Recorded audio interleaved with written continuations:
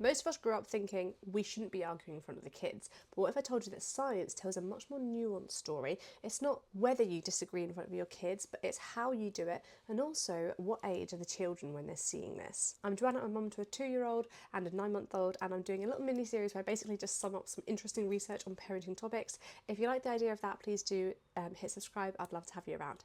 Anyway, back to the research. This question has been studied for decades, and one of the most important frameworks for this is the emotional security theory by Cummings and Davies. It was proposed in 1994, and there's been about 20 years of research on top. So today we're going to be looking at this model, but then also following and subsequent research that has been done into different ages and all these different variations. This model explains how children's sense of emotional security acts as a key mechanism linking between what they see their parents do and how they have conflict, and also how children develop socially and emotionally and behaviourally. What this research consistently found was that the type of research matters far more than the mere presence of it.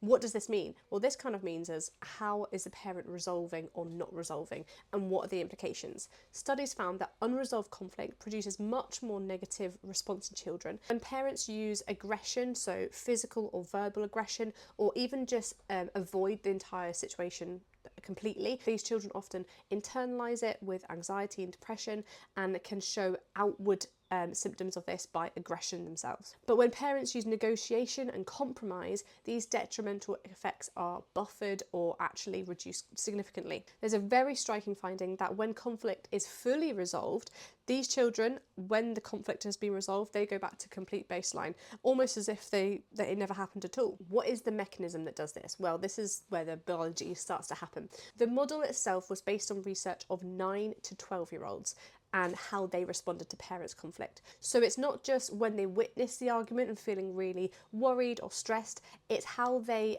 internalise and adapt their own behaviour as a consequence of this. So that leads to internalising this lack of ability to resolve and handle emotions. So they'll often present with anxiety and depression and external problems like aggression and poor relationships. In other words, children aren't just watching what you do and the argument that they're having, they are learning from you how to, as humans, handle their big emotions. Research for the model was conducted on 9 to 12-year-olds. So what about younger children? What about my baby and my toddler? Does the same finding apply? Well, the short answer is kind of, broadly, but the mechanism is very different because their brains are different. So for older children, there's a lot more cognitive processing. They can understand the situation, they can listen to the narrative and follow along, and they can process it. They know whether a situation is threatening, whether it involves them, and whether it's likely to get resolved, and they can sort of anticipate that. Babies and toddlers, they cannot understand the complexity of these situations, so the pathway works differently. Research tracking children for the first 2 years of their life found that conflict between parents did lead to externalizing behavioural problems. So if there's conflict between parents, they may be more likely to have poor behaviour. But internalising problems, like with the older children, they might develop anxiety and depression. This can still happen in children, but it's much more indirect. It largely comes down to how the mother or the primary caregiver handles this situation. In other words, for babies, it's not so much about what they see and what they're experiencing of the conflict, but much more about what the conflict did to their primary caregiver. And therefore, was the primary caregiver able to regulate themselves? Basically, if a baby sees their mum in an argument and is really upset, and that mum goes away and walks out, then they're in a very threatening situation. What they're really focusing on is mum okay? Is mum there for me? And this connects to everything that we know about co-regulation.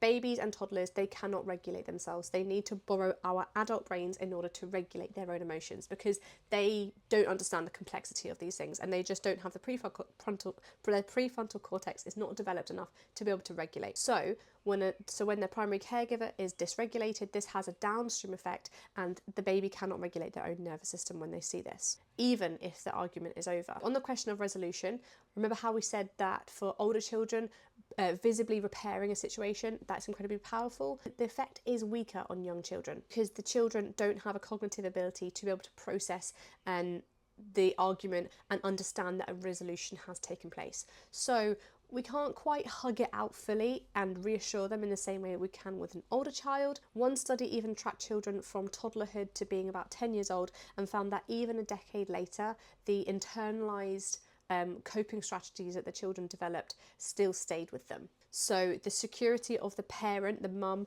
and the baby child relationship to buffer each other and to regulate each other is incredibly important. So what does this mean? What should we do when we're feeling really upset and angry and we're having an argument with our partner in front of our children? Should we hide the conflict from our children? Well, based on the research, we shouldn't necessarily hide it. Trying to hide or suppress conflict isn't realistic. It often crops up at, tense moments like getting the children into the car. It is what's probably going to happen. Also, modelling that these disagreements don't exist is completely unrealistic. They will get into moments where, their sister snatches a toy from them. They're going to have conflict in their lives. So it's very important that they do see how to resolve conflict. Children need to be able to see how to do that so that they can do that themselves. However, the calculation is a little bit different when it comes to young babies and toddlers.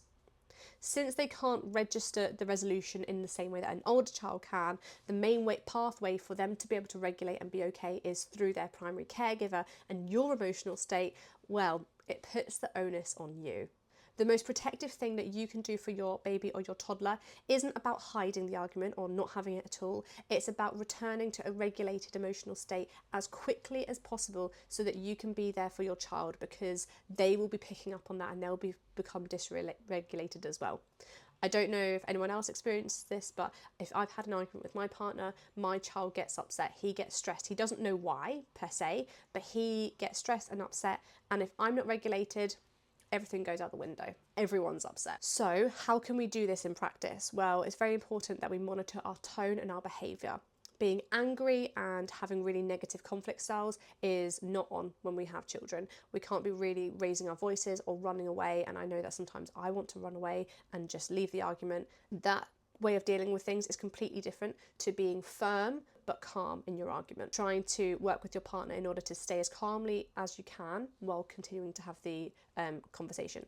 Let them see the repair. So make sure that we say sorry when we say the wrong thing, hug it out, and try and get to that resolution as quickly as we can. And lastly, protect the parent-child relationship at all costs. So make sure that you can try and regulate yourself as much as you can, regulate your child, and making sure that you in the house generally try and have a really warm and loving environment. So what do we do when we're in the heat of the moment and we feel like just walking away or raising our voices? What we do is we say, we're going to talk about this later when we're both calmed down. So give each other 5 minutes. I'm starting to feel quite upset or quite stressed. I don't think that I can communicate very well right now. I'm going to calm down and then we can continue this conversation.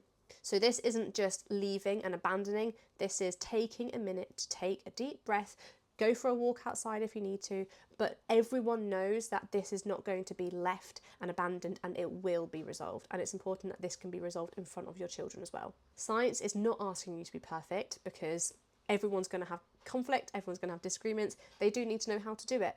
It's a reality, and also you can't hide it and you shouldn't. But what research consistently points to is that we need to have regulated caregivers. And for the future, it looks like researchers are trying to turn away from the negative as opposed to what goes wrong in families, but trying to look at the positive. What helps families thrive? What are they doing where behaviour outcomes are positive and where intramarital conflict is being resolved? What are those parents doing? What are they saying? That's what research is now starting to look at. I hope you found this video helpful. I know I have, because it's something that I think everyone finds really hard at times, and I've taken a lot from this as well. I hope you like this video. Please do hit like and subscribe, and I'll see you for another one. See you later.